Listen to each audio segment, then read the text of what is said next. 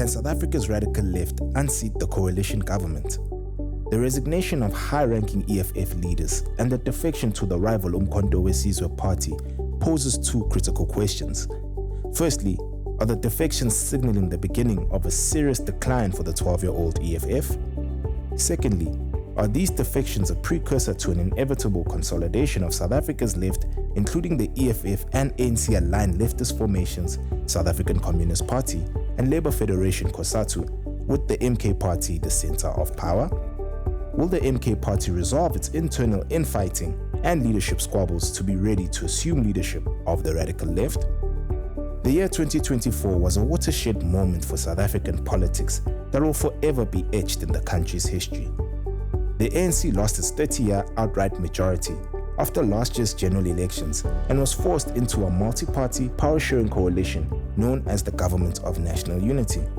The coalition government is made up of 10 parties, including South Africa's second largest political party and ANC longtime opposition foe, the Democratic Alliance. The ANC has been losing the support of voters since 2009 after the ruling party's successive administrations failed to address poor service delivery, corruption, porous borders and chaotic immigration, low economic growth, and high unemployment. The ANC's electoral support has plummeted from a peak of 66.35% in 2004 to 40.2% in 2024. Ahead of the 2024 elections, the EFF, MK Party, and African Transformation Movement formed the Progressive Caucus, a radical left-leaning bloc that aims to push socialist policies such as state ownership of land, mines, and banks.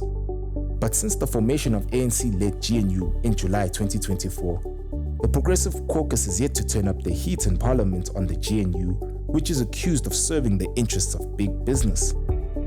Political commentators have attributed the faint-heartedness of the Progressive Caucus in challenging the GNU to tensions between EFF and MK Party, as well as infighting within the MK Party. There is speculation that suspended MK Party General Secretary Floyd Shivambu may leave the party less than a year after joining it. He is expected to establish a new party. On its end, the GNU is not without challenges. It faces a list of long-standing and unresolved challenges such as a stagnant economy, high levels of economic inequality, and high unemployment. Since 2009, the economy has grown at an average annual rate of 1.14%, while unemployment rate jumped to 20.5% in 2009 to 32.1% currently. If the broader measure of unemployment, which includes discouraged job seekers, is applied, unemployment has jumped to 46.6% currently from 28.6% in 1994. This means that more than 12 million South Africans can't find jobs.